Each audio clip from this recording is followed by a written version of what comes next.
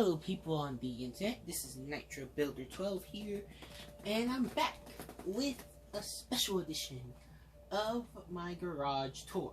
Now, this is going to be only Disney cars in this version. So, starting it off, wait, did I say this is Need for Speed Payback? Well, anyways, this is Need for Speed Payback. So starting off, here we have Jackson Storm. Now, as I mentioned in the original garage tour, I have really quite not done a perfect job with his S or Z or whatever it is. And his face, it's like it's also square, but it's also not the entire windshield. But it also looks kind of like awkward all at the same time. And now here, okay, well, we're skipping the first car I had in line there for some reason. But here is DJ, which, as shown off in the original, he's got all the little nice fine details, and he's even got his little speakers on the back half, and when we get back to the back here, he's got his CD rack and all that, fully detailed. Now here is a car I accidentally skipped in the original garage tour. This is supposed to be Boost, the purple guy that rides with DJ. Now, the way he works is, the way he's in the films, he has like a bottle of nitrous oxide where his rear window is, more accurately 3, I think. But there's nothing like that in Need for Speed, so I just left it bare. So it's supposed to be him before the nitrous oxide upgrade. And I mean, he still looks way too fast. And now here we have Snotrod, who, as shown off in the first video, he wheelies like in the film. When I say he wheelies, I mean he wheelies. He can swallow another car underneath him if he wanted. Like just a full blown full wheelie. And now here is Winnebago. He looked broken for a second. That's because he didn't load in. But here's Winnebago, and he's real wide and has like real jagged edges on his tune because he's supposed to. Because if you look at the toys in the movie, he actually does look really spiky at the bottom half, and then nice and like a Mitsubishi at the top. So it's the best I can do. And now switching to Storm, just cause. And then now the rest of the Disney characters.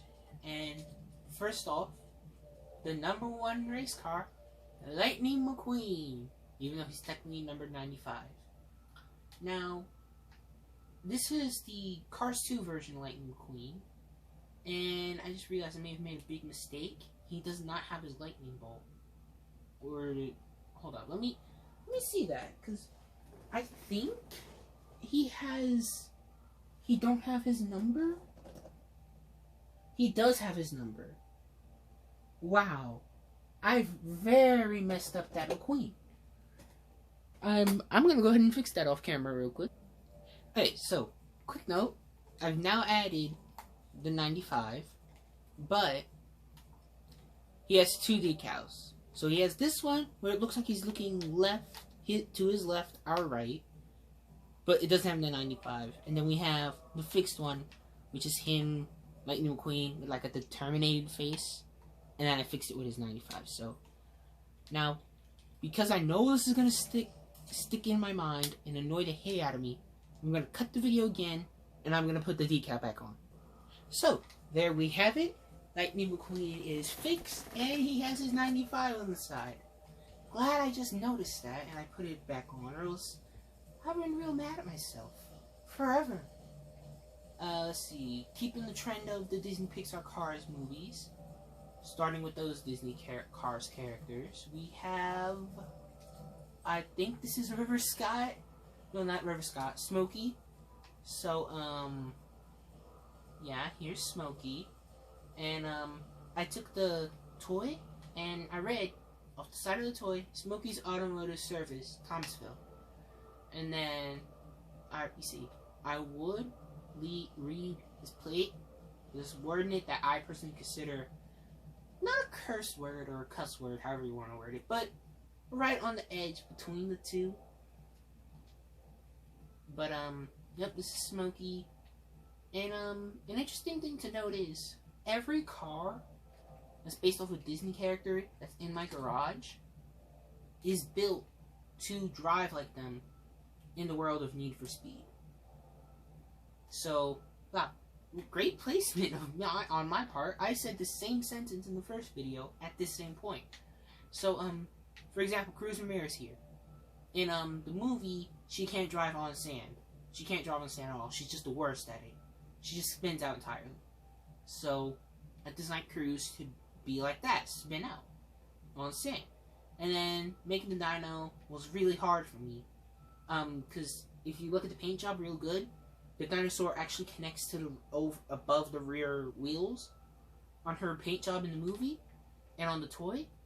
Meanwhile, I couldn't manage to accomplish that because it just looked real bad. It looked worse. And now this dinosaur, it looks better, but not much better. But yep, here's Cruz Ramirez, built as best as I can off of the movie and toys and whatnot. And then, who's after Cruz? I know I have another racer or two. I know I have more Pixar Cars characters. Did I skip another one when I was showcasing these? Oh no, I have the spring one twice. Okay. I've deleted my Herbie paint job. Interesting. So here's Sally. And, like I said in the original garage tour, she went through a lot in development. She had a very, very scary mouth during development of her paint. When I say very scary mouth, I mean just imagine this shape the whole way around with like lines in it to end up resembling teeth. Just very scary. Sally looks scary. Scary Sally. Can I do that like that? No. Then down here we also have Ramon, Mr. Low and Slow. So I've made him with his flames down the side, best I could. I put some little purple ghost frames on his hood, like he has. I also put his little pimp striping or whatever you call it around the place, best I could. And then I also included his Low and Slow. And then the last interesting thing I put on him was a nice little semi-rainbow and semi-purple underglow that transitions between his color and then like a slightly off. It's just real perfect. And Ramon, for those of you who don't know, Ramon has like 50 different versions. He's got a flag where he's got the British flag. He's got a paint job with the British flag on it. I think he's got a U.S. flag, Route 66 flag. Bunch of other beautiful designs. A blue flag, a blue design, a red design, Lightning McQueen. A lot. So it would be amazing to do all of them. In fact, I have like half the die-cast toys that I can resemble, that I can, build it off of. But it'll be also hard to do that because that means I'll have to start from scratch on that paint job. And here is actually the first car I did this concept on. Mr. River Scott from Disney Pixar Cars 3. Now, he's built as a drift build because he's supposed to be able to drift good. But I later noticed, thinking to myself, it was just that one toy brand that made that one version of him that had his wheels tilt out so much. Every other toy brand had the wheels either straight in line or tilted out less. So building it as a drift build ended up feeling like a bad idea in my opinion. but also like an okay idea because he still had the abilities. Who's off-roader? Is there any off-roaders? Yeah. There's Doc Hudson, me. Yeah. So now here, unless I have the wrong car, nope. This is Tomato. Dadgum, I'm Tomato. Well, let's see. While I was building Tomato, I looked at his side on the car, and I seen just I can't keep it up. I'm laughing too much on the inside. Okay, so when I was making the tomato, I looked on his side, and all I could manage to find was what the word was, where the words were placed, but I couldn't manage to read it personally because they were too small. So I just wrote words, script, because it was like words in normal print, like the word tomato, and then there were words in cursive, which is, you know, that nice swirly type of lettering. And then I put in the back, you can see more obviously on the toys that he was blue from the back, and from the front it's hard to tell that. But as you can tell, you know, with the toy, Mater has an exposed hood. But unfortunately, in Need for Speed, you can't rip off the hood. Well, actually, there's a glitch to do it, but I'm not coordinated enough to accomplish it. In fact, I'm gonna try it real quick as we change cars. But yeah. So instead of having his hood out, I just drenched it in rust. And let's see if I can quickly accomplish it. So just any car, I'll go ahead and use this car. Yeah, quick show off of that. And then no, was it patched? Did I do it wrong? Alright, run more try. Okay, now let me try without using D-pad. Oh. I don't even know if I had the right thing selected, but I know I managed to do it. I did something. I took the suspension out of Mater. Because I went to suspension when I was trying to go here. Okay, well, I tried a few times. I'll do it off camera, and if I do it, I'll go ahead and put it in the description or whatnot. But anyways, this is Doc Hudson Hornet here. And as I showed off in the original video of my garage tour, there are 2 other paint jobs out there of Doc Hudson Hornet. They both look pretty good, but one of them are like, I think there might actually be 3 out there, because one of them don't have a seam down the middle to make him look like the real car, and then another one has let's see, it has the words growing like on the real version of Doc Hudson Hornet, but the difference between that one and mine is, you know, for example, he's supposed to have the Fabulous is supposed to start big and then get small at the end, and then have Hudson small letters, and then Hornet in big letters underneath. But that person, they accomplished that, but then when they flipped it, they had it backwards. So instead of it being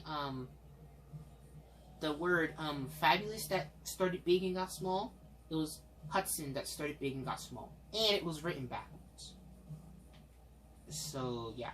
And then another thing one of those paint jobs had that I'd never noticed on the toys or him itself was some logo on the back here. So yeah. Oh, and also, so yeah, there are better paint jobs out there, but I think mine's pretty good. And if you look, if you know, in the Disney movies, Smokey refers to Doc Hudson Hornet as HUD. Okay? So that's why I put HUD on his license plate instead of Doc, which is what McQueen refers to him as. And now we have, that's it for Disney Pixar cars so far, right? That's it, yeah. So now we have cars from other Disney movies. In other words, Shank's car. Which, as people who see my channel before will know, I put the wrong car up on the internet. Because I went off of ads. And people don't know how to read descriptions. So in other words, this is Shank's real car. I'll show the opposite side real quick. Shank's real car. And then what I thought was Shank's real car, because of the ads, is this car. I thought this was Shank's car, because the ads misled me to think that. And, I mean, either way, both cars came out amazing, in my opinion. So this is supposed to be that car that Shank takes and drives in Need for Speed, in Ralph Breaks the Internet. This is supposed to be the car that Shank, like, steals from a different racer, a player of the game, and chases Ralph and Vanellope with. That's what this car is. And then Shank's real car is this one. This is the car that Ralph and Vanellope drive in all the ads almost. And this is the one that Shank is chasing them in the other car with to catch them and get this car back. None of that is obvious from the ads. So that's why the video went up with the wrong title. And I'm not changing it, because, well, that's how it was perceived.